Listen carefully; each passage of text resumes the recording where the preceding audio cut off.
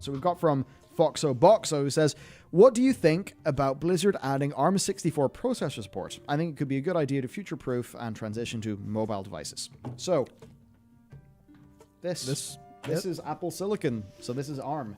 Yeah. Right? So this is, ARM, reduced instruction set, computing. Okay. Oh, it's a C. Yeah. True. Why are you beeping, Mr. Telephone? Oh, my phone's been going mental in my pocket all night. It's annoying me. Tweet got a like by Kevin Jordan, who, funny enough, it's really funny. There's something going on with Kevin Jordan and me. It's almost like there's some fucking ley line going on, because when he was watching a few of our clips, maybe he was watching Asm Gold watch our clips, I forget exactly, but whenever I first said dick in the salad, he was sitting there literally eating a salad.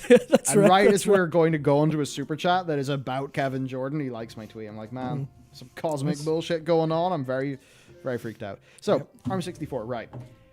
This is Apple Silicon. So basically, this MacBook Pro, it's a souped up iPhone.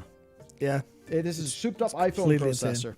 And versus anything you can get for the same amount of money that this thing costs, this beats it playing WoW.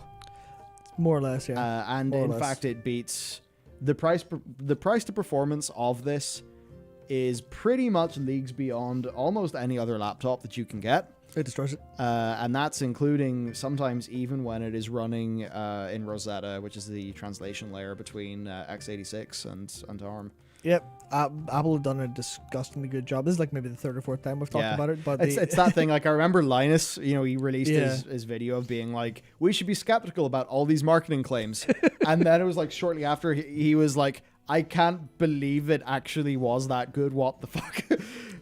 So now that's the Apple Silicon. Yeah, that's a different story. This here is like the ARM64 for, I guess, is it Windows 10X? Windows 10, yeah. Which has been Windows 10X has been cancelled.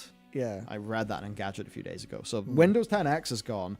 I think that was meant to do like the Surface Duo and stuff. So I think that stuff's a bit dead at Microsoft. But yeah, look, I think ARM support's big. Technically, it runs on this. Yep. I have the new M1. So my new iPad Pro, which will look identical to this, will have the same guts as this computer here, which means that architecturally, the iPad would be able to run this. It's obviously not the OS. Yeah. So there'll be a lot of work to make it happen, but you kind of get the point. So yeah, it's good. Future-proof it, make it open to new technologies, and hopefully in the Windows world, people who like Windows 10, hopefully they will be able to get the sort of performance you can get out of something like this. Yeah, because Windows 10X, absolutely, it sucked the largest aubergine in the universe as compared to how well Apple did it with Rosetta. Yeah, it's. I remember I was watching Dieter Bohn's was it Surface X? It was a review that he did in The Verge. Yeah. And he was just like, yeah, sometimes it's good, but sometimes it just sucks. Yeah, to try to compare them is honestly apples and oranges. Yeah. So I'm from Vrinthorn, who says, you see Kevin Jordan's review of Asmongold's State of Shadowlands. Bits, not the whole thing, because it was very, very, very long, and I've just been super busy over the last while. But what is fun, though, is he is a part of a podcast that I like quite a bit called Theorycraft that I believe was kicked off by Chris Kalicki, yeah. Which, I'll try to grab their YouTube to drop it in chat, because it's a few people on it. It's quite the experienced team. You've got Chris, Candace Thomas, who was so she worked on loads of WoW bosses. Yep. So WoW bosses are one of the things that's consistently awesome.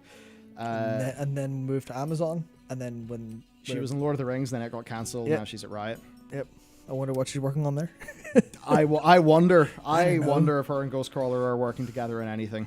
I don't know, maybe. There's Kevin Jordan, who was a very major World of Warcraft dev. Yeah. Like from the beginning. And then Luca, who is a sound guy. I'm sure he's a sound guy, but he's a sound guy. He works in sound, including stuff in Blizzard. Awful joke. And yeah, sorry.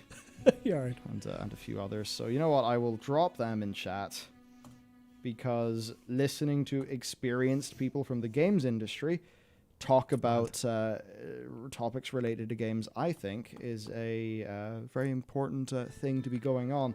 Yep. And I think that whenever players take a listen, they'll perhaps understand more. So Yeah, shout out to them. There's been a decent bit more of ex-game devs taken to the sort of YouTube and creation thing, Yeah. which has been really fun. It was the YouTube algorithm served to me. It was Kevin's video on Azerite where he said that fear has no love. Yes. And in that one word, he basically fucking blew me off my chair because he said fear has no love in response to Azerite, which is basically just the whole thing of Blizzard developing, or modern Blizz developing from a position of fear that they're worried their players will engage with systems in a, in a non-optimal way. Yes. Was it degenerate, sort of degenerate gameplay happening. And it was basically him just saying, love doesn't come from fear. If you're scared about what's going to happen, you're not going to have the crazy, love and passion. It's not going to manifest, perhaps, because they do have that love and passion. Yeah. But that love and passion won't manifest in their work when they're really focused on being, on fear. Yeah, you can't play a good game of bowling if the guardrails are up. Can't exactly, yeah, exactly, and especially being, in order to unlock your bowling rounds, you've had to go and farm Soul Ash and Torghast for 2 hours. So yeah, check out Theorycraft. I think Kevin Twitch streams quite a bit too, and shares his thoughts on aspects of WoW. So it's all quite interesting. It's going to be really fun for like the younger generation of game developers coming up and working in the industry with all of these like more public, more I want to say more genuine resources, where it's just you go to YouTube and just like, all right, instead of like obviously the existing video essayists all talk good stuff, but a lot of it doesn't come so naturally from like this space of, oh yeah, when we were working on X for 5 years, we tried all this shit and it didn't work, so we're like, I'm not doing that again. Like the difference in how that like comes across versus like is it Daryl Make Games? Is that the channel? Where like the presentation's so different, and you're like, okay.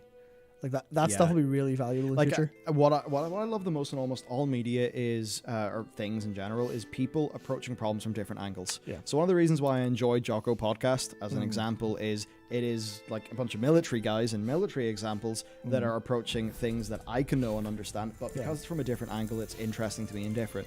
That's why a part of why I enjoy with Theorycraft, because those are people who have worked on very different games to games that I've worked on, and at very different scales to what I've worked on, where, smaller indie stuff that people will know about soon.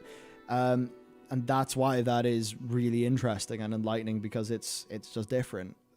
It's the same shit, it's the same topics, the same things, but it's the different angles that you learn from.